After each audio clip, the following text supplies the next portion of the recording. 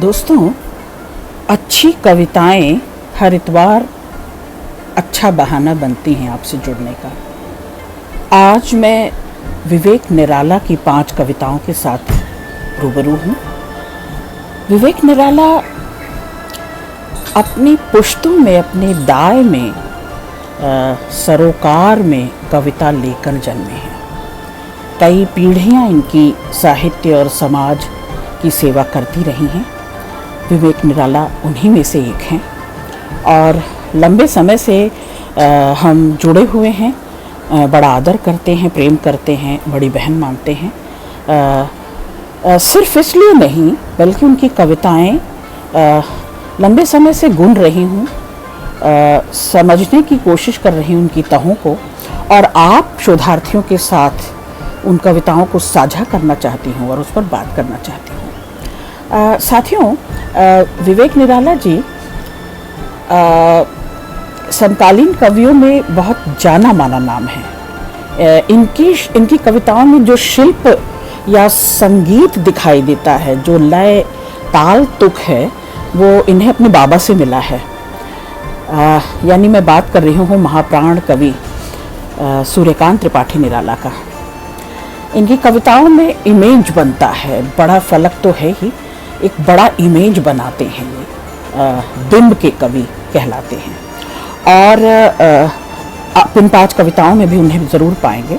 पहली कविता संग्रह का नाम ही था एक बिंब है यह, राजकमल प्रकाशन से प्रकाशित था। उसके बाद इनका कविता संग्रह है ध्रुव तारा जल। हम उन्हीं कुछ संकलनों में से कुछ चुनिंदा कविताएं आज पढ़ेंगे। इनकी कविताओं में कविता का संस्कार तो मैंने कहा कि इन्हें अपने दाय रूप में मिला है। इनकी नसों में खून कम, कविता ज़्यादा प्रवाहित होती है, लेकिन वो नैसर्गिक जो सौंदर्य है कविता का, जो स्वफूर्त, जिसको कहते हैं ना, खुद से अपनी भावभूमि तैयार करती हुई इन कविताओं में एक झरझर झरने सा प्रवाह, एक एक शब्द झरता हुआ सा, मोती सा संजोया हुआ, सिरजा हुआ, जिसे मैं सिरजा हुआ कहा करती हूँ प्रायः, संवेदना हो चाहे शिल्प हो, बेहतरीन ये कविताएं हैं। और कोई प्रयास या प्रयत्न नहीं करते विवेक। सबसे अच्छी बात उनकी कविताओं में यही लगती है कि बहुत अपनी गति और अपनी त्वरा वो खुद पकड़ती हैं ये कविताएं। तमाम विसंगतियों पर ये लिखते हैं, बदसूरती, समाज की जो बदसूरती है उस पर लिखते हैं। इनकी कविताओं का मूल स्वर ही यही है। आप देखें कि समय और समाज की आहराहट को पहचानते हैं और उसे अपनी कविता में किसी आरोपण या आलंबन नहीं या उत्तेजन नहीं, बल्कि उसे ज़मीन बनाते हैं इन भावों को। इनकी कविताओं में जिसको कहते हैं ना, मैंने संगीत कहा आपको, तो आरोह अवरोह में भाव चलते हैं। हत्यारे ही नायक थे इस वक्त और नायकों के साथ लोगों की गहरी सहानुभूति थी। हत्यारे ही नायक थे इस वक्त। तो ये जो विस्थापन है, ये जो गांव का, पूरे गांव का, कस्बों का, बड़े बड़े मेट्रोपॉलिटन शहरों में बदल जाना, महानगरों की जो संवेदन शून्य धरती है उसमें विस्थापित होकर जीना, विवेक निराला बहुत सुंदर बिंब बनाते हैं। विस्थापित गांव से जो विस्थापित होकर शहरों में आ रहे हैं, न इनकी जड़ें यहाँ हैं, न इनका कोई सोर्स अपना यहाँ है, न कोई रिश्ता इनका अपना यहाँ है, और ये कहीं के नहीं रह जाते, उनको ये सब्जेक्ट बनाते हैं, और ये बड़ी बात है। तो तमाम शहरी उपादानों और नॉस्टैल्जिया जो है, इसको से कतराते हुए विस्थापन की मनोवैज्ञानिक मनोभाव विवेक निराला अपनी कविताओं की भावभूमि बनाते हैं। तो और अधिक बात न करते हुए हम विवेक निराला की ही कुछ अच्छी कविताओं का रसास्वादन करें। मेरी पसंद की इनकी 5 कविताएं मैं आज ले रही हूँ। पहली कविता है, मैं सांस नहीं ले पा रहा हूँ। मैं सांस नहीं ले पा रहा हूँ, तुम्हारी सफ़ेद धुएं ने ढक दिया है। हमारे सांवले आसमान को। आदिम काले पहाड़ सफेद बर्फ की चादर ओढ़े खड़े हैं। हमारे बहुत पुराने घावों पर तुमने सफेद पट्टियां बांधी थी। तुमने सफेद पट्टियां बांधी भी तो चुटकी भर नमक छिड़कते हुए काला पड़ चुका खून जिनसे अब भी रिश्ता है सफेदी की इस चमकती दुनिया में, मैं सांस नहीं ले पा रहा। शहरी चकाचौंध, शहरी रेलम पेल में एक गंवाई मन कैसे वो बिंदास बेपरवाह ज़िंदगी जिए और अपने सोर्स को, अपनी जड़ों को मिस कर रहा है, ये कविता उस पर कहती है। दूसरी कविता है, हमारे नदियों के श्यामल जल पर सफ़ेदी की बांध बने हैं। हमारी काली मिट्टी पर खड़ी है ऊंची सफ़ेद इमारतें। तुम तो अपने घर को भी व्हाइट हाउस कहते हो ना, तुम तो अपने घर को भी व्हाइट हाउस कहते हो ना।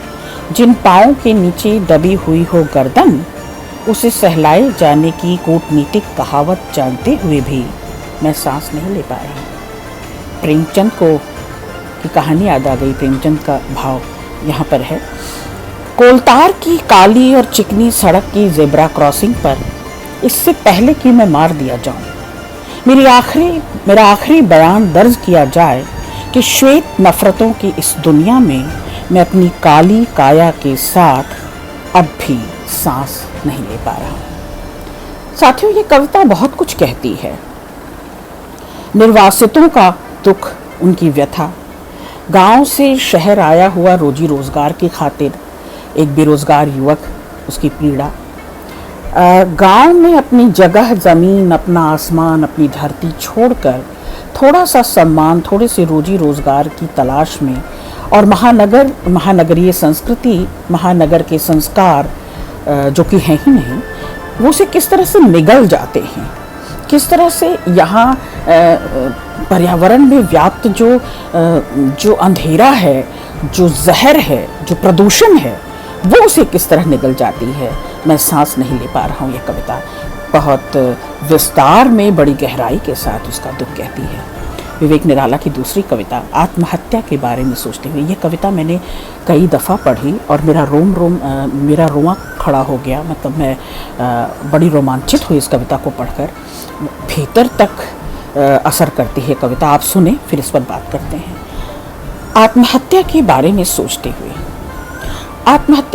में सोचते हुए मैंने खनकते कलदार सिक्कों के बारे में सोचा जो छुपे थे, जिन्हें खोटेपन ने चलन से बाहर कर दिया था। मैंने तारों सहित उलट गए आकाश के बारे में सोचा। मैंने सोचा चमगादड़ों की तरह लटके सूर्य और चंद्रमा के बारे में। आत्महत्या के बारे में सोचते हुए मैंने फूलों और तितलियों के बारे में सोचा। मैंने सोचा सूखे दरख्ते खेतों के बारे में। मैंने जलते हुए जंगलों और विस्थापितों के बारे में सोचा। पूंजी और मशीनों और उद्योगों के बारे में सोचा। मैंने जलते हुए जंगलों और विस्थापित लोगों, पूंजी और मशीनों के और उद्योगों के बारे में सोचा। मैंने अपनी 2 कौड़ी की नौकरी और 4 पैसे की मध्यवर्गीय चतुर चुप्पी के बारे में सोचा। वाह! मैंने अपने हृदय की आग जलाए रखने के लिए महंगे केरोसिन और सस्ती सी कुप्पी के बारे में सोचा। अपने घर परिवार से लेकर सारे संसार के बारे में सोचते हुए मैंने चिड़िया के बारे में सोचा। बेहतरीन है पंक्तियाँ ये। आत्महत्या के बारे में सोचते हुए मैंने खूब सोचा चिड़िया की उड़ान के बारे में, मगर अंत में पाया उम्मीद एक मरी हुई चिड़िया का नाम है। साथियों, आप ये देखें कि जब आप कोई क्रूर, हिंसक या विरागी होकर कदम उठाने जा रहे होते हैं, जब आप सब तरफ से असंतोष और अतृप्ति और विद्रोह के शिकार होते हैं, जब आप आत्महंता की स्थिति में होते हैं, उस समय आप प्रकृति की मासूमियत, सृष्टि के तमाम संसाधनों जल जंगल जमीन, पक्षी, चिड़िया चुनमुन सबके बारे में सोचते हैं। आप एक तरफ क्रूर हिंसक सत्ता पक्ष के बारे में सोच रहे होते हैं और एक तरफ जो शोषित हैं, जो बेजुबान हैं, उनके बारे में सोच रहे होते हैं। और आपको उस समय आत्महत्या बेहद निजी, बहुत ही स्वार्थी, जिसे मैं कहूँगी बहुत ही स्वार्थी कदम लगने लगता है और आप आत्महत्या की जो सोच है उसको इस तरह से निरस्त कर देते हैं, परास्त कर देते हैं। बहुत खूब, बहुत अच्छी कविता थी। संधि। मेरे मन की एक पतली डोर जो तुम तक पहुंचती है, उसी से मकड़ी अपना जाल बुनती है। तेरी देह गंध भी तो चुरा ले गई मंजरियां, तुझे पता भी न चला। मुझसे हवाओं ने मुखबिरी की, तेरे हाथ से चिटक उठी कलियां। चरणों को देख चमक उठा चंद्रमा, मेरी आंख के तिनके तुम्हारे स्वप्न पंछी का बसा आवास। मेरी आंख के तिनके तुम्हारे स्वप्न पंछी का बसा आवास, और आंसुओं में मेरी भुजाओं की मछलियां तैरती हैं। तुम्हारी कल्पना में मेरी मूकता है और मेरी इच्छाओं में तुम्हारी मुक्ति। वाह वाह विवेक, तुम्हारी कल्पना में मेरी मूकता है और मेरी इच्छाओं में तुम्हारी मुक्ति। यह तो तुम्हारे निरपराध जीवन से मेरी निर्दोष मृत्यु की संधि है। साथियों, इस कविता में मुझे क्षितिज का दर्शन हुआ।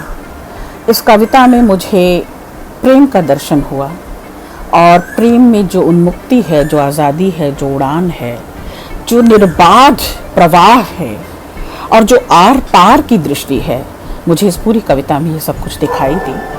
ये कविता बहुत बड़े कनात की कविता है। ये कविता आँख भर देखने और आँख भर चीन्हने की कविता है। ये कविता स्वप्न की कविता है। ये कविता कहीं से भी इसमें आभास है निराला की कुछ कविताओं का, एक प्रतिबिंब सा बनता है। और क्यों ना हो, पैतृक रूप से वो दाय, वो संस्कार विवेक को मिला ही है, लेकिन यह कविता मुझे उसी रिदम में सुनाई दी, भीतर तक उतर गई। और ये कविता अपने पिता को समर्पित किया है विवेक ने, निराला जी के पुत्र रामकृष्ण त्रिपाठी के लिए। बाबा और तानपुरा, ये कविता विवेक भी बहुत मन से पढ़ते सुनाते हैं, उनके साथ ही ये बात जानते हैं, कहते हैं, और मैं आज ये कविता आपके सामने रखती हूँ। घर के कोने में खड़ा रहता था बाबा का तानपुरा। एक कोने में बाबा पड़े रहते थे। तानपुरा जैसे बाबा, बाबा पूरे तानपुरा। बुढ़ाते गए बाबा, बूढ़ा होता गया तानपुरा। झूलती गई बाबा की खाल, ढीले पड़ते गए तानपुरे के तार। तानपुरे वाले बाबा, बाबा वाला तानपुरा असहाय नहीं है। बूढ़ा होता गया तानपुरा, झूलती गई बाबा की खाल, ढीले पड़ते गए तानपुरे के तार। तानपुरे वाले बाबा, बाबा वाला तानपुरा असहाय नहीं है। इनमें से कोई भी असहाय नहीं है, बल्कि हमारी पीढ़ी में ही कोई साधक नहीं हुआ। हमारी पीढ़ी में ही कोई साधक नहीं हुआ। साथियों, मुझे असाध्य वीणा याद आ गई। जो साध ले वो साधक है, और जिसने जो सधा हुआ जीवन आज लोग जी रहे हैं, बड़े सलीके से, बड़ी तमीज़ और तहजीब से, जो फैब्रिकेशन आज लोग जी रहे हैं, उसके बिल्कुल विपरीत ये कविता पैरेलल आकर खड़ी हो जाती है।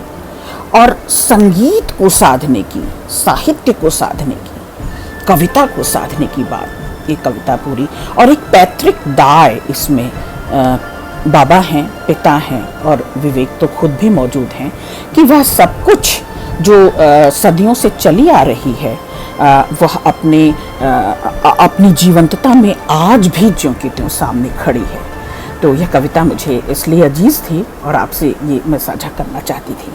और एक बेहद करीबी कविता, एक स्त्री होने के नाते तमाम स्त्रियों को समर्पित यह कविता। उस स्त्री के भीतर की स्त्री, उस स्त्री के भीतर की स्त्री, उस स्त्री के भीतर एक घना जंगल था जिसे काटा उजाड़ा जाना था। उस स्त्री के भीतर एक घना जंगल था जिसे काटा उजाड़ा जाना था। उस स्त्री के भीतर एक समूचा पर्वत था जिसे समतल कर दिया जाना था। उस स्त्री के भीतर एक नदी थी, बाढ़ की अनंत संभावनाओं वाली नदी। उस स्त्री के भीतर एक नदी थी, बाढ़ की अनंत संभावनाओं वाली, जिसे बांध दिया जाना था। उस स्त्री के भीतर एक दूसरी देह थी। उस स्त्री के भीतर एक दूसरी देह थी जिसे यातना देते हुए क्षत विक्षत किया जाना था, किंतु उस स्त्री के भीतर एक और स्त्री थी। उस स्त्री के भीतर एक और स्त्री थी। साथियों, ये कविता कई परतों में खुलती है। स्त्री की पूरी यात्रा तय करवाती है स्त्री के जीवन की। स्त्री कई खंडों में अपने को विभक्त करके जीती है और हर खंड को परिपूर्ण करके जीना चाहती है, परफेक्शन के साथ जीना चाहती है। हर संबंध को, जो डोर उसकी जहाँ जहाँ से जुड़ी हुई है, ये स्त्री हर उसको प्राथमिक क्या कह सकते हैं, जिम्मेवारी के रूप में, जवाबदेही के रूप में जीती है। और ये स्त्री अपने भीतर, अपने कई कोने अतरों में कितनी तरह की संभावनाओं को समोए रहती है, सजोए रहती है। विवेक ने उसे पकड़ने की पूरी कोशिश की और वे सफल रहे हैं। आज विवेक निराला की इन 5 कविताओं के साथ मैं आपको छोड़ती हूँ और इस पर हम लोग ज़रूर बातचीत करें, क्योंकि ये 5 कविताएं इस सदी की महत्वपूर्ण हस्ताक्षर कविताएं हैं। साथियों, शुक्रिया।